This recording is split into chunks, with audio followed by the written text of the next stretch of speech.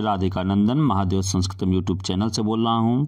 आप सभी मित्रों का फिर से इस महादेव संस्कृत यूट्यूब चैनल में स्वागत है। नंदन है। हम लोग संपूर्ण संस्कृत व्याकरण की श्रृंखला पढ़ रहे हैं। इसी श्रृंखला में हम लोग आज कारक प्रकरण का इसमें अध्ययन कर रहे हैं। उसी कारक प्रकरण का तीसरा पार्ट यह है और द्वितीय विभक्ति अर्थात कर्म कारक पर हम पढ़ेंगे। उसमें द्वितीय विभक्ति कर्म कारक में हम लोग 3 सूत्रों को इस पार्ट में देखेंगे। नंबर 1 पहला सूत्र है कर्तुरिष्ठितम कर्म, कर्तुरिष्ठितम कर्म। दूसरा कर्मणि द्वितीया और तीसरा अकथितम च। ये 3 सूत्र पर हम बात करेंगे आपसे। तो क्रम से चलते हैं। द्वितीय विभक्ति कर्म कारक, एक स्लाइड में आपको दिख रहा होगा द्वितीय विभक्ति एकट में कर्म कारक, अर्थात कर्म कारक में द्वितीय विभक्ति का विधान होता है, इसलिए द्वितीय विभक्ति में कर्म कारक को पढ़ा जाता है। तो कर्म कारक का पहला सूत्र है कर्तुरिष्ठितम कर्म, कर्तुरिष्ठिततम कर्म। यदि हम देखें कर्तुरिष्ठिततम कर्म, ये अष्टाध्यायी का ये संज्ञा सूत्र है। जो ये कर्तुरिष्ठितम कर्म संज्ञा सूत्र है जो अष्टाध्यायी का के संज्ञा सूत्र में गिना जाता है। तो ये क्या कहता है कि कर्तु स्थितम कर्म, कर्ता अपनी क्रिया के लिए जिसे सबसे अधिक इप्सित हो, अर्थात कर्ता का जो क्रिया संपादन करने के लिए सबसे अधिक इप्सित हो, सबसे अधिक चाहा जाए, उसे कर्म कारक कहते हैं। कर्ता क्रिया के द्वारा जिसे विशेष रूप से प्राप्त करना चाहता है उसकी कर्म संज्ञा होती है। जैसे रामः लेखन्या पत्रम लिखति, यहाँ लिखने के लिए राम रूपी कर्ता लिखने के लिए सबसे अधिक पत्र को चाहता है, उसका इप्सिततम कर्म, इप्सितम जो है पत्र है, इसलिए पत्र जो है कर्म कारक हुआ। यहाँ देख लें कर्तुरिष्ठिततम कर्म ये कहता है कि कर्ता अपने क्रिया के द्वारा जिसे विशेष रूप से प्राप्त करना चाहता है उसकी कर्म संज्ञा होती है।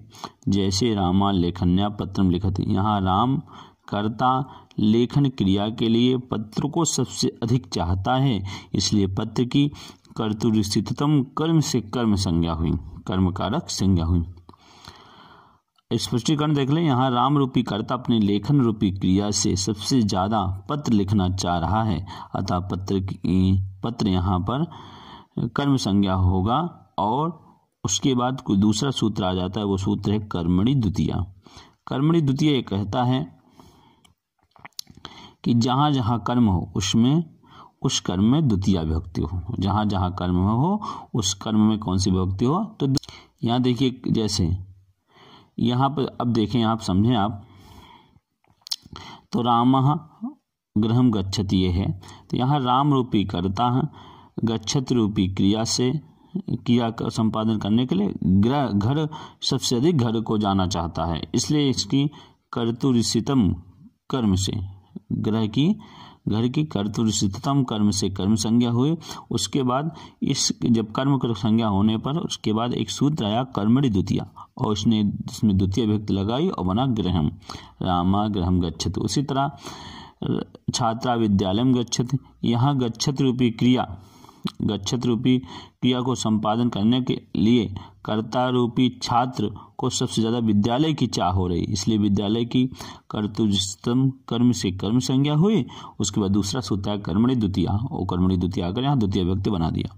उसी तरह अहम जलम पिबामी, यहाँ पे पिबामी रूपी अहम अर्थात मैं रूपी कर्ता को पिबामी क्रिया के लिए सबसे अधिक जल प्रिय है, इसलिए जल की कर्तुरिष्ठितम कर्म से कर्म संज्ञा हुई और कर्मणि द्वितीया से इसमें द्वितीय विभक्ति का विधान होकर अहम जलम पिबामी ये बना। उसी तरह बालका फलानि खादन्ति, सा नगरम गच्छति, भक्ता हरिम भजति। ये सारे जो है यहाँ पे 2 सूत्र लगे हैं। कर्तुरिष्ठितम कर्म से गृहम फलम जलम फलानि नगरम हरिम की कर्म संज्ञा हुई और कर्मणि द्वितीय से इसमें द्वितीय विभक्ति लग गया। अब आइए देखिए, इसको स्पष्ट समझ लें कि उपयुक्त वाक्य में गृह विद्यालय जल फल नगर हरि इन सभी की कर्म संज्ञा हुई किस सूत्र से, तो कर्तुरिष्ठितम कर्म से, अतः सभी पदों में कर्म होने के कारण कर्मणि द्वितीय से इसमें द्वितीय विभक्ति का विधान हो गया। आइए अगला सूत्र है, इस वीडियो का अगला सूत्र लास्ट सूत्र है अकथितम चा। देख लें अकथितम चा। अकथितम चा क्या कहता है ये है सूत्र,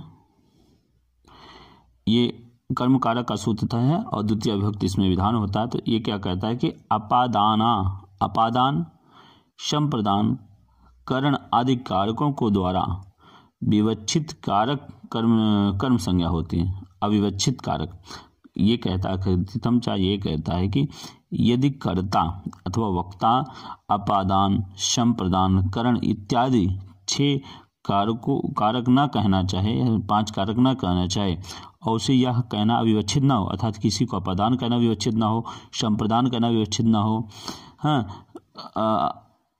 और कर्ता कहना विवक्षित न हो, या करण करना संप्रदान कहना विवक्षित न हो, अर्थात उसकी इच्छा नहीं है, तो अकथितम चा सूत्र से वो कर्म कारक संज्ञा कह सकता है। इसके लिए उन्होंने दुह, याच, पचदंड इत्यादि 12 धातुओं का विधान किया है। एवं नि, ही के स्वहम या 16 धातुओं के कर्म से जिसका संबंध होता है वह अकथित कहा जाता है। इतना समझ ले। अकथितम चाहिए कहता है कि यदि अपादान, संप्रदान, कारक, अधिकरण इत्यादि कारकों के द्वारा अविवक्षित कारक कर्म संज्ञा होते हैं। अर्थात यदि आप इनका ना कहना चाहें तो अविवक्षित, यदि आप कोई अपादान को अपादान नहीं कहना विवक्षित है, इच्छा नहीं है, तो अकथितम चा सूत्र से उसमें कर्म कारक संज्ञा कर दें। उसके लिए उन्होंने 16 धातुओं का विधान किया है। वो इस प्रकार हैं: दुह, याच, पच, दंड, रुद्र, प्रच, ची, ब्रू, सास, जी, मत, मुस, ये 12 धातुएं हैं और नी, ही, कसवा ये 4, अर्थात कुल मिला के 16 धातुएं हैं। यदि इन 16 धातुओं का प्रयोग हो तो आप अपादान, संप्रदान, करण इत्यादि न कहकर कर्म कारक संज्ञा कह सकते हैं। इसी को कहा गया अकथितम चा। अब देखिए वो जो 16 धातु हैं वो ये हैं, क्रम से देख लें। पहला है 16 धातु में, देखिए 16 धातु में है दुह, याच, पच, दंड, रुद्र, प्रच, ची, ब्रू, शास, जी, मत, मुस, ये 12 धातुएं हैं और नि, ही, कश्वा ये 16 धातुएं हैं। ये 4 धातुएं। इस प्रकार ये 16 द्विकर्मक धातुएं। चाहे तो इनका अपादान इत्यादि कारक करें अथवा चाहे तो कर्म कारक संज्ञा करने के सूत्र से अकथितम चा से। इन 16 धातुओं एवं इनके समानार्थक धातुओं के योग में अपादान, संप्रदान, करण, अधिकरण आदि कारकों की कर्म संज्ञा होती है और इसमें द्वितीय विभक्ति का विधान होता है। द्वितीय विभक्ति का विधान वही कर्मणि द्वितीय करेगा। द्वितीय विभक्ति का विधान किससे होगा? तो कर्मणि द्वितीय से होगा। देखिए आप स्लाइड में आपको दिख रहा होगा, पहला नंबर देखेंगे कि द्विकर्मक धातुओं के योग में अपादान आदि कर्म कारक होते हैं। देखिए द्विकर्मक धातु ये 16 धातुएं हैं। दुह, याच, पच, दंड, रुद्र, प्रच, ची, ब्रू, शास, जी, मत, मुश और नि, ही, कश्वा ये 16 धातुएं हैं जो द्विकर्मक कहलाती हैं। अर्थात यदि आप चाहें तो इनकी 2 कर्म होंगे। एक पहला जो कर्म रहेगा वो कर्म होगा ही, और जो अपादान इत्यादि कारक अन्य कारक हैं वो भी विकल्प से अकथितम चा से सूत्र से वक्ता की इच्छा पर वो कर्म बन जाएंगे। अर्थात इसमें 2 कर्म होंगे, इसलिए इन्हें द्विकर्मक धातु कहते हैं। तो पहला देखें, पहला है दुहना धातु का प्रयोग है और वाक्य है ग्वाला धेनु दुग्धम दोग्धी। ग्वाला गाय से दूध दुहता है, इसका अर्थ होगा। अब देखिए यहाँ धेनु गाय से दूध अलग हो रहा है तो अपादान होना चाहिए और धेनु बनना चाहिए, लेकिन ये अकथितम चा आया चूंकि दुह धातु दोग्ध प्रयोग है, इसलिए धेनु में अपादान न कर कर्म कारक कर दिया अकथितम चा से और बना दिया धेनु दुग्धम दोग्धी। यहाँ पे 2 कर्म है, एक धेनुम है और दुग्धम है, दूसरा है दुग्धम। तो धेनुम में अकथितम चा से कर्म संज्ञा हुई है और दुग्धम में कर्तुजितम कर्म से कर्म संज्ञा हुई है। और दूसरा है उदाहरण याच धातु का प्रयोग है। हरि ही बलिम वसुधा याचते। हरि बलि से गांव मांगता है या वसुधा मांगता है, पृथ्वी मांगता है। यहाँ देखिए बलि से मांग रहा है, बलि से वसुधा अलग हो रही है, इसलिए बले होना चाहिए पंचमी विभक्ति, लेकिन वक्ता इसे अपादान नहीं कहना चाहता और कर्म कहना चाहता है, इसलिए कर्म कहकर यहाँ बलिम कर दिया और बलिम वसुधाम याचित है। यहाँ पर 2 कर्म है, एक बलिम है, एक वसुधाम है। तो वसुधाम में कर्तुरिसितम कर्म से कर्म संज्ञा हुई है और बलिम में अकथितम च से कर्म संज्ञा हुई। उसी तरह सा नृपम क्षमाम याचते, वह राजा से क्षमा मांगता, यहाँ भी नृपम में अकथितम च से कर्म संज्ञा हुई और क्षमाम में कर्तुरिसितम कर्म से कर्म संज्ञा हुई। अब आगे देखें, अब आइए यहाँ पे अब तीसरा उदाहरण है, देख लें। यहाँ तीसरा उदाहरण देख लें।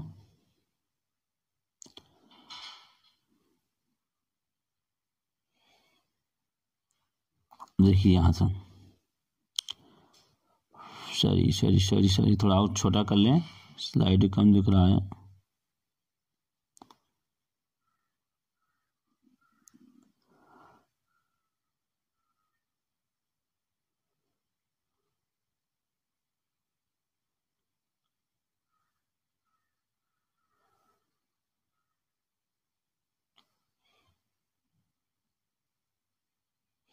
यहाँ देखें, अब ये देखिए अगला है हमारे पास पच धातु का प्रयोग है।